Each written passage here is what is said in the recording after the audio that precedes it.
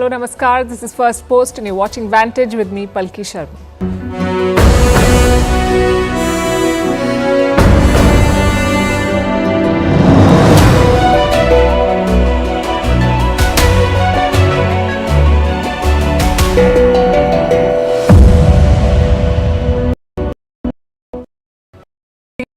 They get lead temple today to reassure Hindus in the country. But is that enough? What is the status of minorities in Bangladesh? Also, what's the deal with Sheikh Hasina? No word on her asylum as protesters in Dhaka say she should be brought back. A new case has been filed against her. Meanwhile, in West Asia, the US is sending more military assets, warships and submarines amid reports that Iran may strike. The US must include Trump, the highlights, tech glitches, bromance, bizarre statements, and an unmistakable lisp.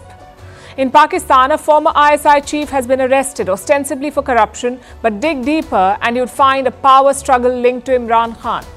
In India, doctors go on strike to demand better working conditions after a young doctor was raped and murdered in Kolkata. We're also talking about the future of jobs on the show, with 50-year low. Why Africa doesn't have a seat at the United Nations high table, why Serbians are protesting against lithium mining, how the humble makhana became a global superfood, and why Indians online can't stop talking about August 16. That is the joke of the day. The headlines first. Palestinian Authority President Mahmoud Abbas meets President Putin in Moscow. Putin reiterates his support for a Palestinian state, says it is the only way to achieve peace in West Asia. Since Russia invaded Ukraine, Putin has moved closer to Israel's foes, Hamas and Iran. Fitch downgrades Israel, citing the war in Gaza. The US credit rating agency lowered Israel's rating from A+ to A. It has warned that the conflict could last well into 2025 and impact economic activity. In February, Moody's gave Israel its first ever credit rating downgrade. Taliban forces in Pakistan at their northern border. 3 Afghan civilians killed near the Toram border crossing. The Taliban seized power in 2021 and since then border tensions between Pakistan and Afghanistan have escalated. China's foreign minister to hold talks with Myanmar's junta chief Wang Yi will begin his visit to the embattled country tomorrow. The junta has been battling ethnic armed groups along the border with China. The Chinese diplomat will not be meeting detained democracy leader Aung San Suu Kyi.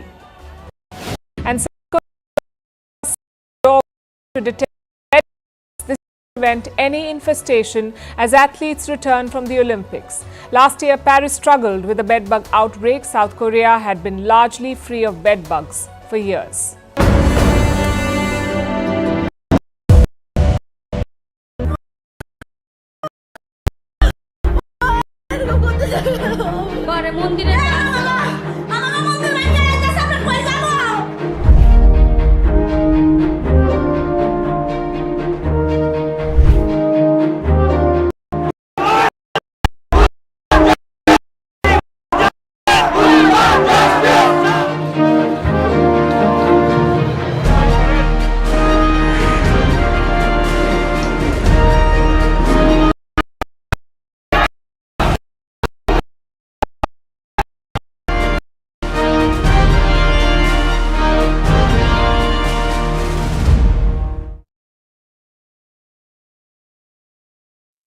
It's a question everyone seems to be asking. Are Hindus safe in Bangladesh or are they being targeted?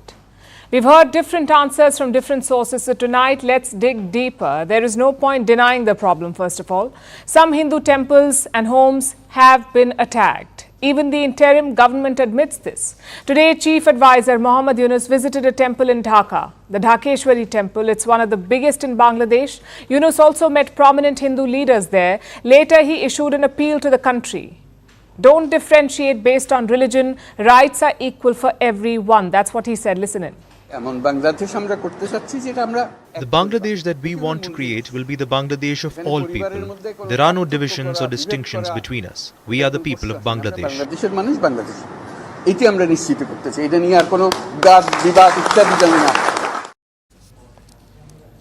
The gesture is nice. The appeal also sounds genuine, but it does betray weakness. You see, Bangladesh's security apparatus is still recovering. A lot of police officers are on strike. A number of police stations are empty. So enforcing the law is tough. Reports say some officers have started rejoining their duties. But the system is not up and running. That will take time. Which brings us to the attacks. Do we have any numbers on the attacks or casualties? Look at what two minority organizations found. They have logged 205 attacks on the Hindu community. 205 attacks. This could be attacks on temples, attacks on homes, or attacks on shops owned by Hindus. All of it together. 205 such incidents have been reported in 52 districts. That's nearly all of Bangladesh. And casualties? 5 deaths have been confirmed so far. But the final picture is not clear yet. Like I said, the police stations are not functioning. So no complaints, no FIRs, which is why data is hard to compile. Let me show you an example. This house belongs to a Hindu family in Dhaka. As you can see, it is partially burnt. The owner does want to return and live there eventually, but he fears goons will attack again. For a person who has collected so much stuff, made his house, if somebody burns it, then that person does not wish to go back to that home. But I still want to return to my house and live there because I have lived at that place for so long. But the fear of the goons and the looting that they did, because of that I am scared. This broadly sums up the situation. Because the attacks may have subsided since last week, but worries remain, which is why some Hindus are on the streets protesting. They're seeking protection from the violence. So the ball is now in the interim government's court. They're saying the right things, but they must put boots on the ground. They must punish those who attack minorities. If not, these temple runs are pointless. And no excuses can be made. We are hearing some justifications from experts in Dhaka. They say the violence is not religious. Most Hindus supported Sheikh Hasina's party, so the revenge, they say, is political, not religious. Basically, it's politically motivated because Awami League is targeted. So there are a few Hindu, they are Awami League leaders. They hold some positions in the Awami League. That's the major cause for these attacks. It's not religiously motivated. That's a sweeping assessment, almost like an excuse to justify the violence. Let's hope the interim government does not buy into it, which brings us to the trigger of all this chaos. Sheikh Hasina. She is still holed up at a safe house in New Delhi, but in Dhaka there is a clamour for accountability. They want her to stand trial. A murder case has been filed against Hasina. It concerns a police killing last month. On July 19th, a protest had been organized in Dhaka. The police opened fire on the protesters. A local grocer was shot as he crossed the road. Now, his family does not have the resources to fight this case, so a private citizen has taken it up. The question is, what will this case lead to? Could Sheikh Hasina be forced to return? Top lawyers have already talked about this. Top lawyers in Bangladesh, the Supreme Court Bar Association, had also released a statement there. They wanted India to arrest and send her back. New Delhi did not react to that request. It came from the lawyers. But what if it comes from a court in Bangladesh? What if it comes from the Home Ministry in Dhaka? Well, then it could be complicated. So the situation is troubling for both sides. India wants Dhaka to protect minorities. Dhaka wants continued support from India. And stuck in the middle is Sheikh Hasina. The interim foreign minister says her status will not affect bilateral ties. But that's easier said than done. Hasina and Hindus are the two factors in this relationship at the moment. Both are targets, but in very different ways.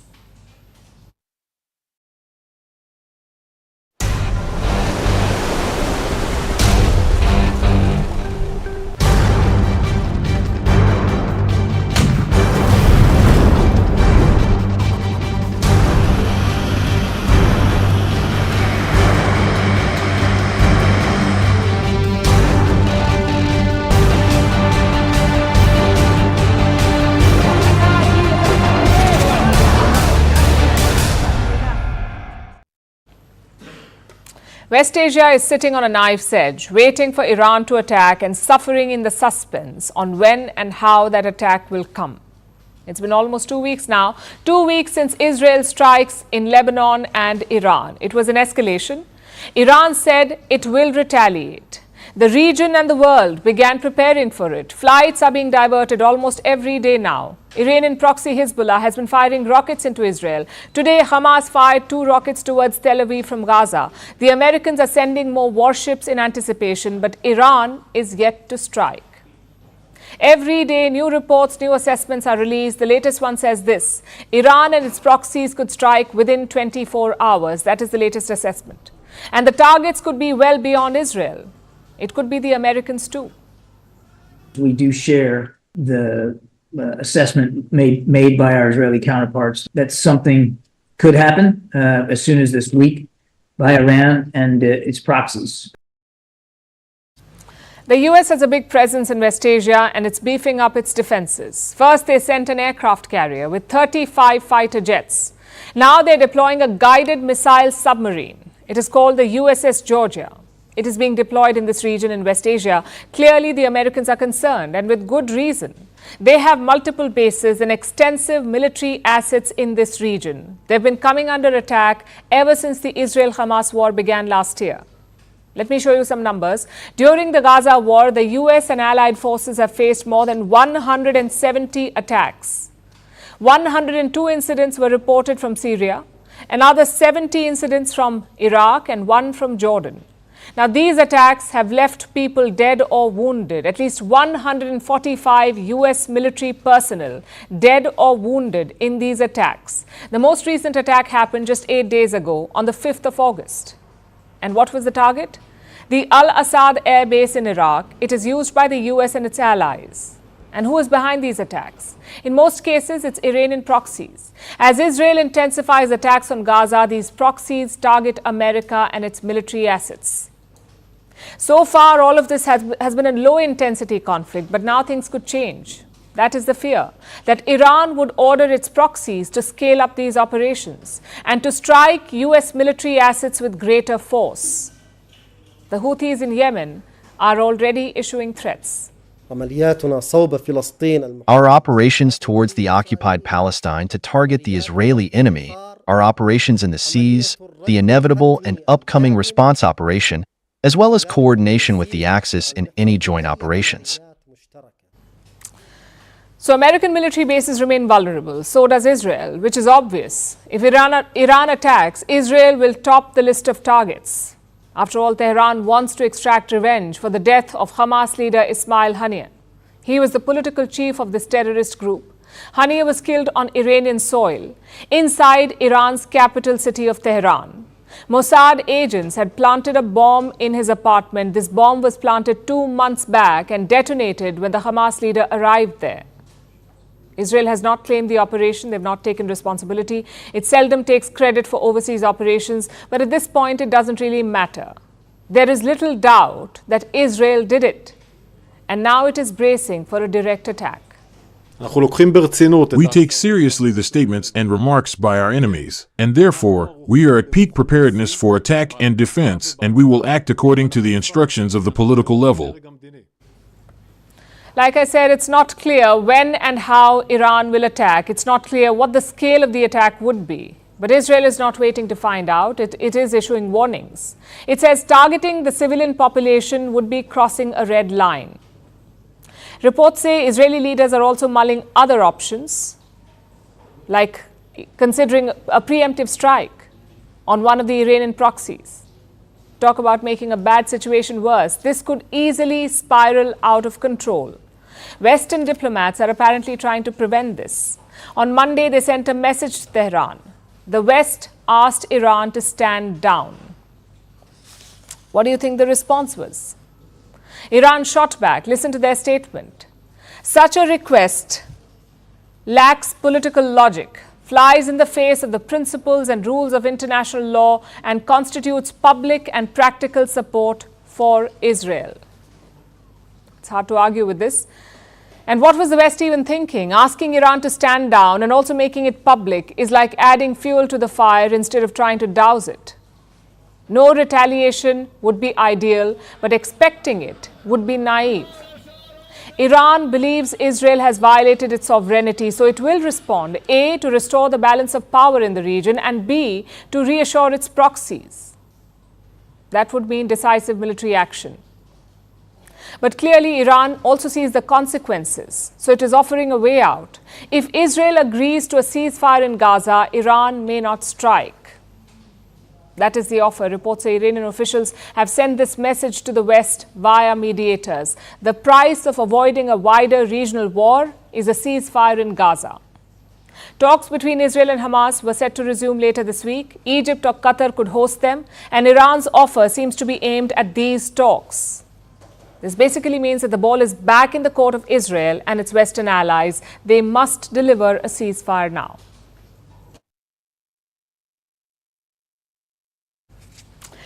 It was 20th January 2017. X was still Twitter. Donald Trump had won the presidential election. He was about to take the oath of office. And he started his inauguration with this, a tweet. It was an indication of what would follow, a barrage of tweets. Among the top highlights of the Trump presidency, his tweets. More than 20,000 in 4 years. That's how much he tweeted. He used Twitter to announce strikes, to level accusations, lash out at enemies, disrupt American policies, all with the tap of a finger. But this relationship between Trump and Twitter came to a brutal end in 2020. When Trump lost the White House, there were Capitol riots, Twitter banned him, and Trump was left without his favorite app. Now, 4 years later, this love story has come full circle. Twitter is now X. It is owned by Elon Musk, and he got Trump back on the platform with an interview.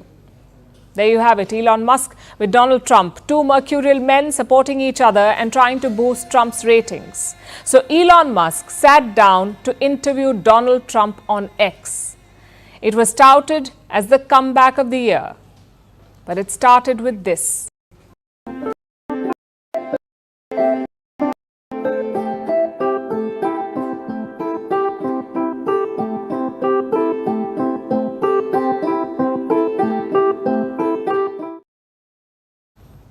The interview was scheduled for 8 p.m. local time, but it did not start on time. It was delayed by a full 45 minutes because of what looked like a technical glitch.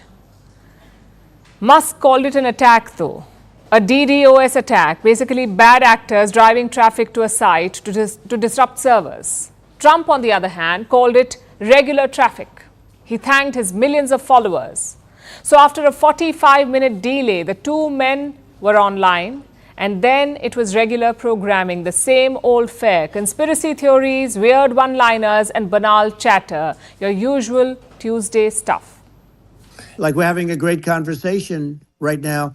Kamala wouldn't have this conversation. She can't because she's not smart. You know, she's not a smart person, by the way. She can't have this conversation. This is a really big point. You can actually have a conversation with you. Yeah, it's nice, isn't it? Of course, the focus was on Kamala Harris. Trump called her leftist. He accused her of trying to defund the police. He pronounced her name wrong and even compared her to his wife. She hasn't done an interview since this whole scam started. And say what you want. This was a coup. This was a coup of a president of the United States. He didn't want to leave, and they said, we can do it the nice way or we can do it the hard way. I think we're in massive trouble, frankly, with the Kamala administration, and that's my honest opinion. And I think really it's essential that you win for the good of the country for this election. And that's understating my opinion. She's terrible, but she's getting a free ride. I saw a picture of her on Time magazine today. She looked like the most beautiful actress ever to life. It was a drawing, and she looked like First Lady Melania. Quite the gushing and compliments from Donald Trump. Also a little weird. Imagine comparing your top opponent to your wife. But it wasn't even his worst moment of the interview. There were too many gems there. Like, what would Trump do if he loses the next election? Will he retire? And what would that look like? Listen to what he said. Which will be a horror show. We'll meet the next time in Venezuela because it'll be a far safer place to meet than our country. Okay, so you and I will go and we'll have a meeting and dinner in Venezuela. So he will move to Venezuela. And on Monday, a few days ago, Musk had challenged the Venezuelan president to a fight. He said he'll carry him on a donkey to Guantanamo Bay. Now, optimism is the key here. And we learned that from Trump, especially when he was asked about climate change. You know, the biggest threat is not global warming, where the ocean's going to rise one eighth of an inch over the next 400 years. And you'll have more oceanfront property, right? The biggest threat is not that. The biggest threat is nuclear warming. So according to Trump, climate change equals rising sea levels equals more beachfront properties, which makes you wonder, why did no one ever think about that? Trust Donald Trump to be the visionary here. Although what really stood out in this interview was the bromance. The two men could not stop praising each other. This Cutter, I mean, I look at what you do. You walk in and you just say, you want to quit? They go on strike. I won't mention the name of the company, but they go on strike and you say, that's okay, you're all gone. Praising someone for layoffs, it could not get more Trumpian. The interview got around 73 million views, but X claims the total impressions were close to 1 billion. Either way, Donald Trump got what he wanted, visibility. He wanted to dominate the news cycle. For weeks, the Democrats have captured the airwaves, so Trump had to get back on top. To that extent, this interview has delivered. But it has also exposed a problem. It was hard to understand what Trump was saying. He had a lisp throughout the conversation. His speech was slurry. His words were difficult to decipher, and many people wondered what was wrong with him. The Trump campaign was asked about this, and they had quite the blunt response. They said, it must be your ears. Well, it's unlikely that all of us have a lisping filter installed. But then again, that's Trump for you, always on the offensive, now flanked by his enabler-in-chief, Elon Musk. Will it boost his ratings, though? We'll have to wait and see.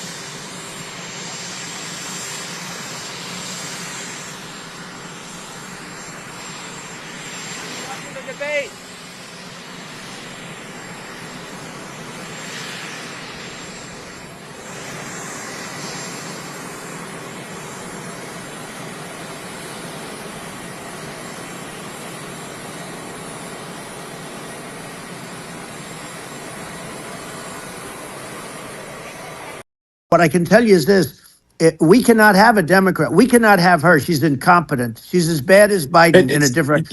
Look, she hasn't done an interview since this whole scam started. And say what you want. This was a coup. This was a coup of a president of the United States. He didn't want to leave, and they said we can do it the nice way or we can do it the hard way. What's happening?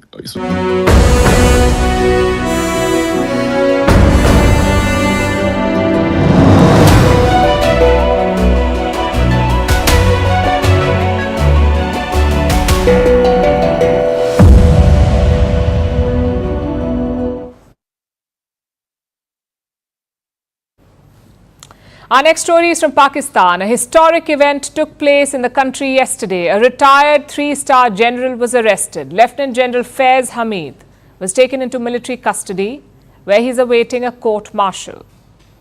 Hamid may become just the third general-level officer to ever get court-martialed in Pakistan. Now, this alone would be news. The Pakistani military taking on one of their own. But it's Hamid's profile that's making headlines. Lieutenant General Faiz Hamid was the previous head of the ISI. It's Pakistan's Inter-Services Intelligence, the largest and most infamous Pakistani intelligence agency. Its former head is now in the dock, and this has never happened before. Never in the history of Pakistan. Never before has their military taken action against someone so high up.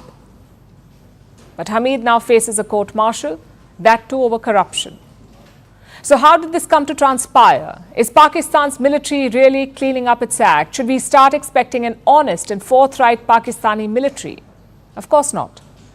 While there's definitely a graft angle here, it's also a case of power and politics. We'll start with the corruption case that has ensnared Hamid, and then look at the bigger picture. So first, the case. It dates back to May 2017. A housing society in the city of Rawalpindi was raided by Pakistan's paramilitary forces and some members of the ISI.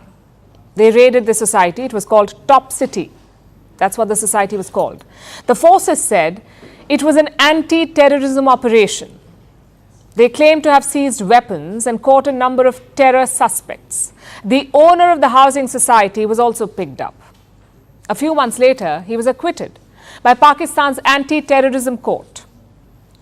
And this was done after some mediation by Lieutenant General Faiz Hamid's brother. So the society owner is acquitted. After this, a meeting was held between Hamid and the society owner, where Hamid told the owner that some of his things will be returned. The things that were seized during the raid, some of them will be given back, but some others will be kept by Hamid. What did he keep back? 4 kilograms of gold and cash. This Hamid did not return. And then he kept extorting the society owner. This is the charge against him. This is basically the case. And the Pakistani military seems to believe it. Listen to their statement after Hamid was picked up yesterday, and I'm quoting, "Complying with the orders of Supreme Court of Pakistan, a detailed court of inquiry was undertaken by Pakistani Army to ascertain the correctness of complaints in Top City case made against Lieutenant General Faiz Hamid. Consequently, appropriate disciplinary action has been initiated under provisions of Pakistan Army Act." This makes it sound like they're cracking down on crime and dispensing impartial justice. But when you look at the big picture, things become clearer. Hamid is to have close Pakistan's former Prime Minister Imran Khan.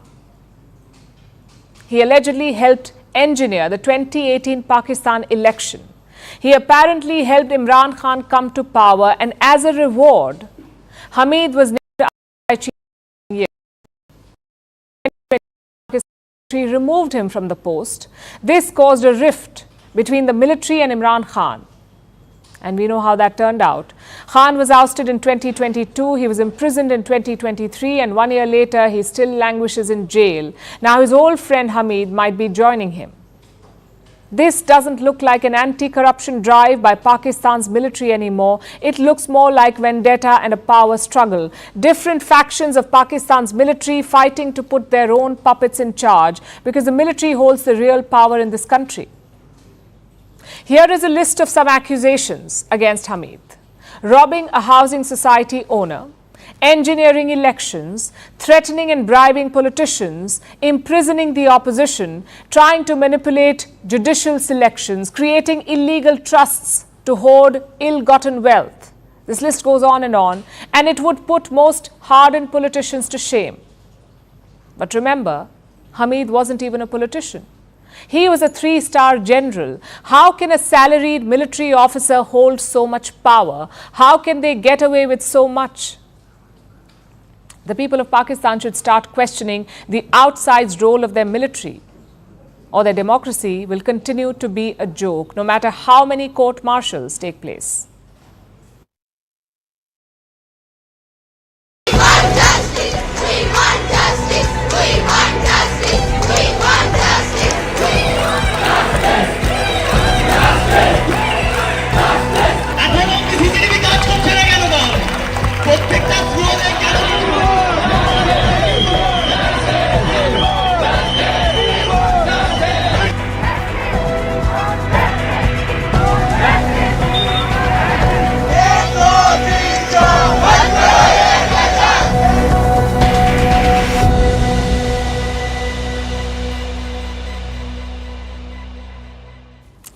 This is the biggest story from India. Thousands of doctors are on strike across the country. Delhi, Pune, Kolkata, everywhere it's the same story. Doctors have put down their scrubs. They're seeking justice for one of their own, a young doctor who was raped and murdered in Kolkata.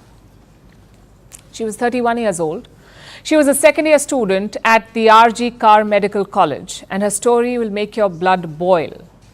On Thursday, she was on duty. At around 2 a.m. in the morning, she finished her dinner. Then she wanted to get some rest. The medical college did not have an on-call room, so she tried the seminar room, and that's where horror struck her. A sick volunteer raped and murdered her. She had injuries all over her body. Even her eyes and mouth were bleeding, and her neck bone was broken. And don't forget where all of this happened, inside a medical college. The police have apprehended the killer. The college principal has been transferred to a different campus. Transferred, not terminated. But this controversy does not end here, because it reveals a larger problem, the problem of our broken medical system. And that's why doctors are protesting. Yes, they want accountability in this case, but they also want larger reforms. And we say it's about time. This is a country of 1.4 billion people. Health isn't just a welfare issue, it is a strategic priority for us. Look at the state of our medical infrastructure. Underfunded and lagging. India has 7.3 doctors per 1,000 people.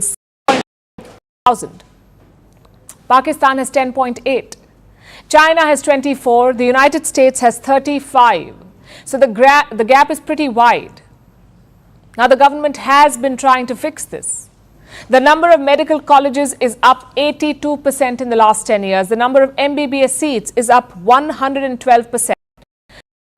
The journey from a student to a doctor is quite a tough one.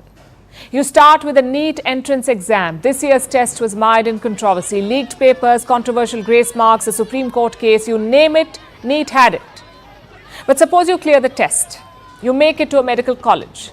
The government ones won't cost you very much, but the private ones charge a lot, around 1 crore rupees for a 4.5-year course. And it's a brutal course. Look at the data from 2018 to 2023. More than 150 students, than 18G students, plus 122 students died by suicide. The reasons are mostly the same across colleges: academic pressure, burnout, and mental health challenges. Suppose you too are feeling the same. You don't think the course is worth it.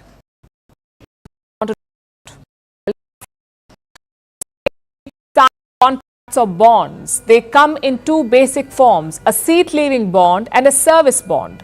Colleges charge a fine if you abandon your course. It is considered a medical course. The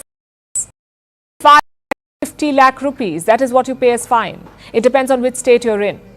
5 to 50 lakh rupees. The second bond requires you to work in government hospitals or clinics. Again, the details differ. The bond can last between 1 and 5 years. The fine is between 10 lakh and 1 crore rupees. So basically, half a decade in medical colleges, then another half a decade in state health care.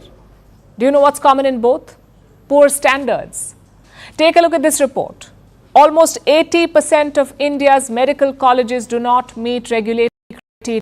Hospitals are poor, the infrastructure is the is rampant.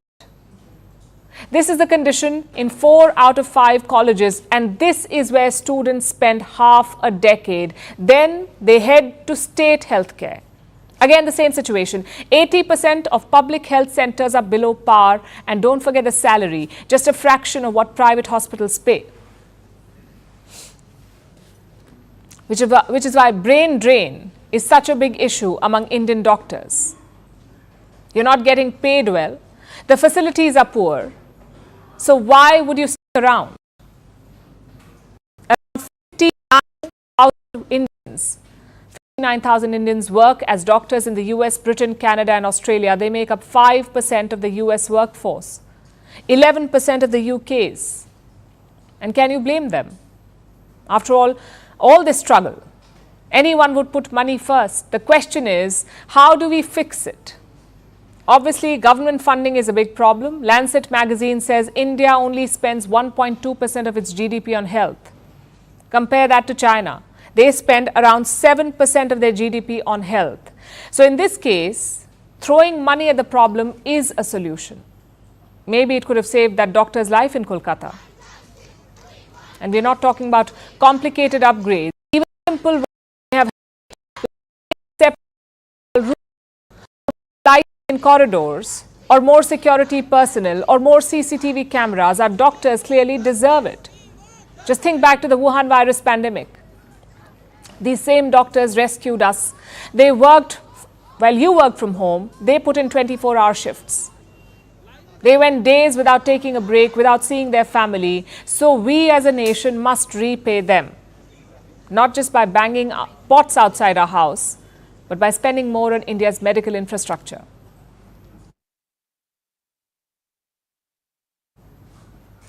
Now let's talk about jobs. It is perhaps the most pressing issue in the developing world today, especially in countries like India, where millions of workers join the workforce every year, but there are fewer jobs to go around. Job creators are not being able to keep up with the rising number of job seekers. But according to the United Nations, the picture is not so bleak. They say we are better off than before, that youth unemployment worldwide is at a 15-year low, meaning it's the best time in the last 15 years to look for a job. So if you're a young graduate today, where would you find that job? In which countries, in which sectors, and what will the future job market look like? Our next report decodes the trends. The past 4 years have been tough for job hunters. The pandemic was the first blow. It severely hampered the job market. The lockdown forced employers to order layoffs on a massive scale. Over 100 million people worldwide lost their jobs due to the pandemic. The situation didn't get any better in the following years. From the tech industry to the banks to the construction sector, even media and entertainment on some form of downsizing over the past few years. But if the International Labour Organization is to be believed, things might be starting to get better, at least for the young people. The ILO claims just 13% of the youth, that's workers between 15 to 24 years of age, remained unemployed last year. That's a 15-year low. There are two factors behind this recovery. First, new workers entering the market of jobs. Those who during the pandemic have started to find work again. So after the shock from the pandemic, there's finally some recovery. But it nation managed to bounce back, a different story is playing out in the developing world. Many middle to low income nations are reporting high levels of unemployment and fewer jobs are being created. Take Africa, for instance. At around 7%, it has one of the highest unemployment rates in the world. There is a chronic shortage of jobs, and it could get worse. By 2035, 450 million people could be living in Africa, but there may be only 100 million new jobs by then.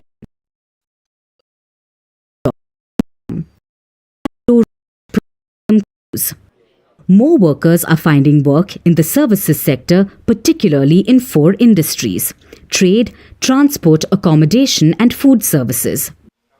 The World Economic Forum has also identified 3 more industries ripe for creating new jobs. They are energy with a focus on the renewable space, IT and digital communications, and the caregiving sector. So what kind of skills would one need to crack into this space?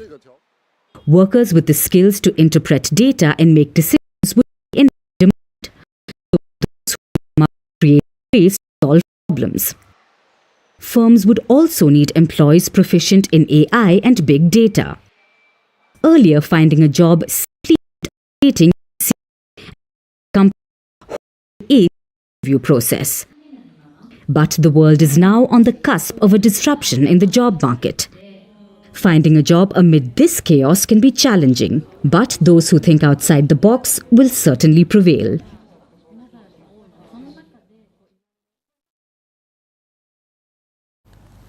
Now let's turn our attention to Africa. It is the world's second largest continent, both in terms of size and population. Also the world's youngest continent. The average age is just 19. Every other continent is aging. The median age in Asia and South America is 31. Europe, North America and Oceania are even older. But Africa, on average, isn't even 20 yet. So it's a young continent that is growing. And it will be home to about 40% of the human population. Now, there's a reason I gave you that demographic data. It was to highlight Africa's importance in the years to come. But now let's come back to the present and look at exactly what Africa already influences. Africa is underrepresented in global governance structures, from the Security Council to international financial institutions, but overrepresented in the very challenges these structures are designed to address.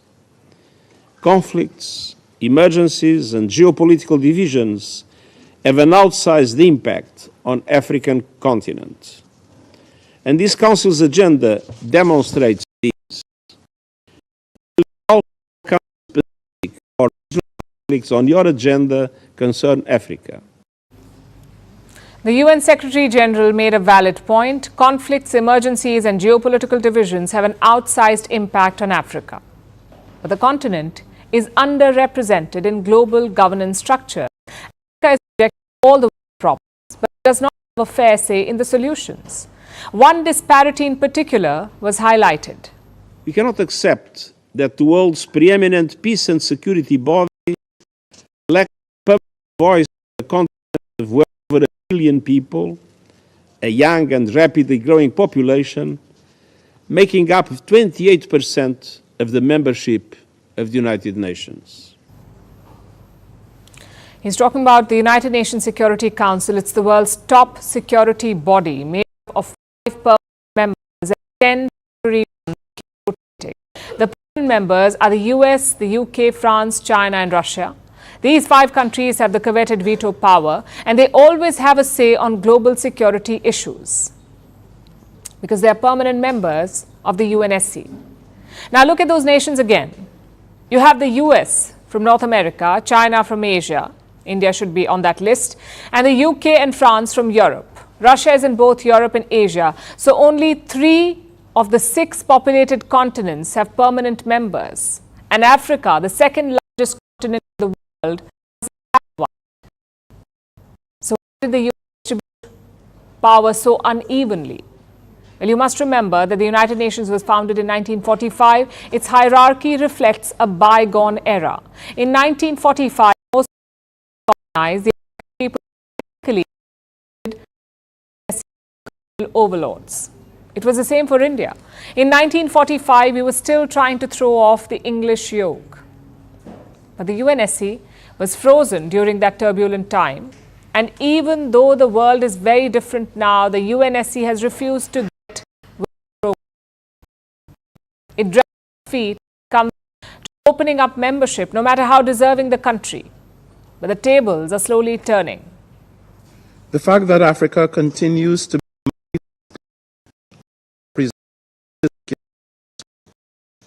be wrong, offending as it does both the principles of equity and inclusion.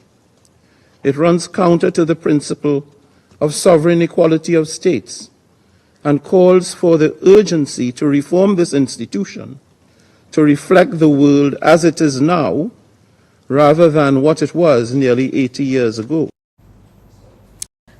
People speaking up, demanding fairness, representation and an end to the UNSC's old world outlook. Africa deserves a member, so does South America. India should definitely be in the UNSC. It's just the logical thing to do. But the UNSC wouldn't reform itself due to logic alone. We need to keep building pressure and support each other's case. Only then is there some hope for change.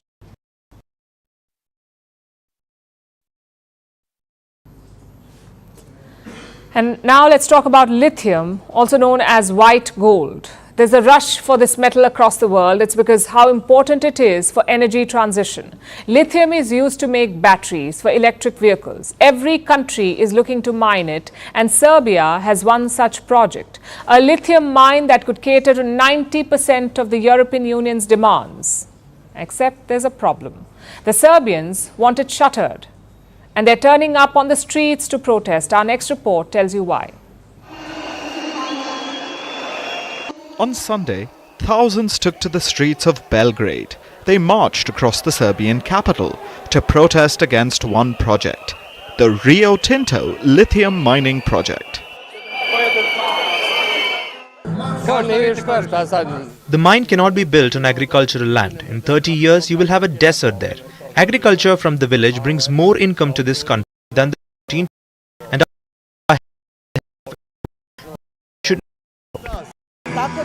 This will ruin our country, ruin our arable land and fields, and in the end there will be no positive effect. Above all, the story of economic for Serbia in South Africa. Serbia has massive deposits of lithium. They were discovered in the year 2004. They are located in the Jadar Valley, near the western city of Loznica. Rio Tinto, an Anglo-Australian company, was given the license to mine here to extract lithium. The project was worth $2.4 billion. In 2020, the license had been revoked to protests. But the project was restarted last month following a government U-turn, and it's backed by the European Union. Last month, deals were signed granting EU car makers like Mercedes and Stellantis exclusive access to Serbian lithium, which makes it crucial for the entire bloc. Lithium is a strategically valuable metal. It's used to make batteries for electric vehicles. The EU is trying to transition to zero emissions, and this mine is crucial to its plans. EU's lithium needs. Plus, it could be one of the world's largest lithium producers. But Serbians say it would damage the environment. It would pollute their land and water, leading to public health hazards. The government knows that they will lose the support of Germany and Scholz and the whole of Europe. America, that they will. That's why we overthrow the government, and we only defend our country. Earlier, Serbian President Aleksandar Vučić vowed that no mining operations will begin until environmental safety is guaranteed. But that did not stop the protests. So Vučić has changed his tune. He calls these demonstrations a coup attempt against him. Government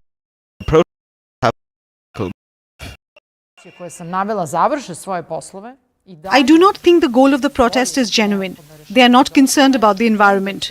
Their goal is political, and it's targeted against the government of Serbia. The Serbian government says that charges will be filed against all protesters. But it's unlikely that Serbia will stop until.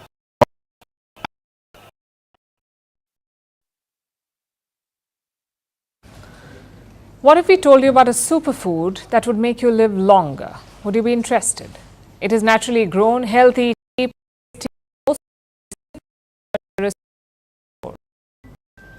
talking about? Well, that depends. Gen Z likes calling it plant pop. Most Indians call it makhana, and that's the term we will use tonight.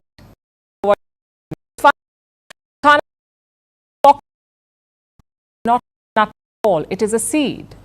It is also called lotus seed, when in fact it is a seed of the water lily and not lotus. Seriously, who is naming plants these days? But jokes aside, this is the contentious plant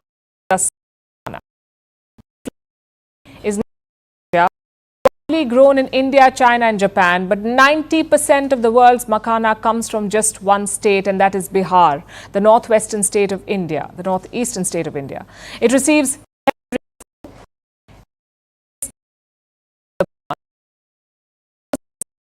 no fertilizers or pesticides are needed. it is naturally organic. But harvesting it is a labor-intensive job. It is mostly carried out by fishermen. They dive to the bottom of deep, muddy ponds at depths of about 8 feet. They find seeds of the water lily, which grow underwater. Once harvested, it is washed, roasted, and hit with a mallet. The seed shell pops open, exposing a white part that is actually eaten, hence the name plant pop. This is an exhausting process. It is crude and manual, also unhygienic and dangerous. Yet, producing banana is food here, also added to dishes and desserts, especially the milk pudding called kheer. Makhana is loved in neighboring China as well, where it is grown for medicinal purposes. But over the past few years, there has been a shift. Makhana has gotten a makeover. It is now a global hit with a market of $43 billion and growing. It is gaining prominence as a superfood. It is a powerhouse of minerals like calcium, magnesium, zinc, and potassium. It is high in vitamin B, protein, and fiber.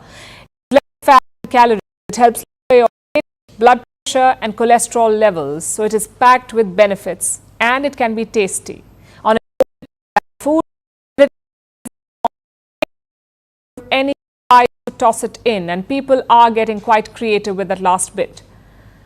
There are wasabi makhanas, peri-peri, caramel, also cheese and tomato. It is a healthier alternative to junk food any day. So supermarket aisles are stocking roasted makhanas. Celebrities are endorsing it.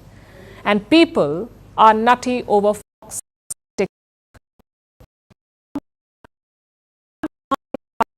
Global superfood. Well, there are 3 reasons. 1, people got creative. 2, social media helped. And 3, India realized the superpower of makhana.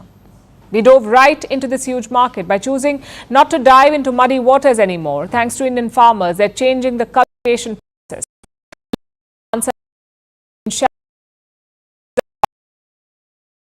And job opportunities for women here.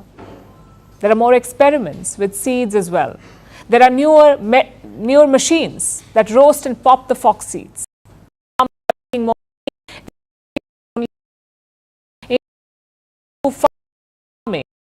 Was being done on about 35,000 hectares, which is a 3-fold increase over a decade. So in a gist, better hygiene, lesser time and labor, and new.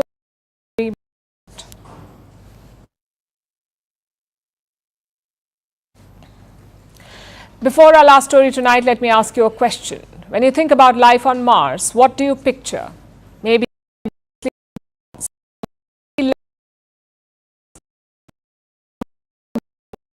underground colonies. We ask because scientists have discovered water on Mars. It is an underground reservoir, enough to fill an ocean that covers the entire planet. That is a lot of water, and this is good news. But the problem is, this water is too deep to tap. What does this mean for human life on Mars? Is the Martian habitable? And tan. No, we aren't talking about a rom-com hero. We're describing the crust of Mars. Yes, the planet that billionaires seem to be obsessed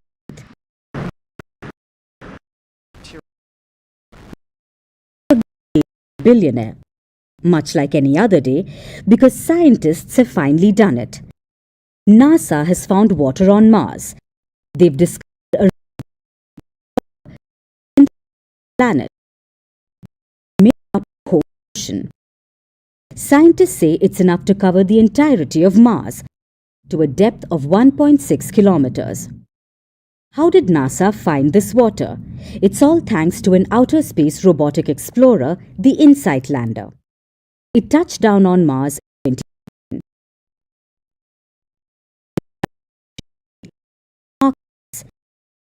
1,300 of them. It studied the seismic vibrations to understand how the red planet moves. This data has revealed the presence of underground water on Mars. Now, we know what you may be thinking. Didn't we already find water on Mars? Well, we did. In 2015, NASA found liquid salt water on Mars.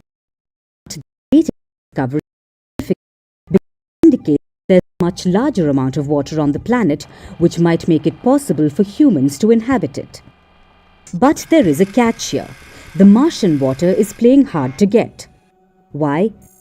Because it's trapped.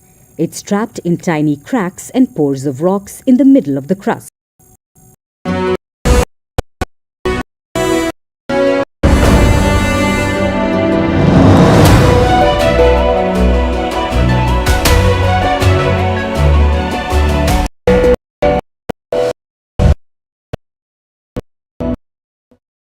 Is they're rewriting history and making Kamala sound like a moderate when in fact she is far left, like far left. Worse than Bernie Sanders. She is considered more liberal by far than Bernie Sanders. She's a radical left lunatic. You know, Netanyahu came to give a talk to a joint Senate and House sitting, and I was there, and Kamala stood him up. You know, what does that say? I think it's highly disrespectful. And I say, if you're a Jewish person or if you believe in Israel, if you're a person that, you know, is a very pro-Israel, if you vote for her, it's worse than Biden. And Biden was bad. But if you vote for her, you ought to have your head examined. And you see tonight, I mean, as we're doing this, I'm seeing reports coming that they expect an attack tonight or tomorrow from hundreds and maybe thousands of rockets. I think it's a massive. I think we're in trouble, frankly, with the Kamala administration, and that's my honest opinion. And I think really it's essential that you win for the good of the country for this election. And I mean, I'm just stating my opinion. Like, we're having a great conversation right now. Kamala wouldn't have this conversation. She can't because she's not smart. You know, she's not a smart person, by the way. She can't have this conversation. This is a really big point. You can actually have a conversation with you. Yeah, it's nice, isn't it? And you can't have a conversation with Biden. Come on, it's like,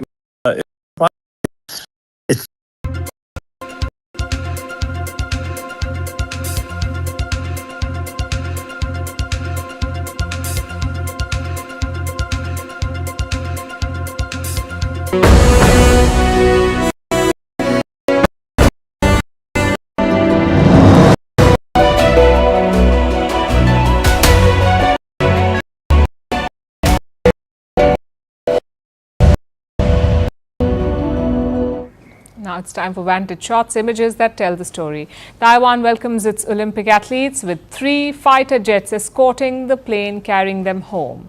A 4.4 magnitude earthquake strikes Los Angeles, and countries mark World Elephant Day to raise awareness about the plight of the animals.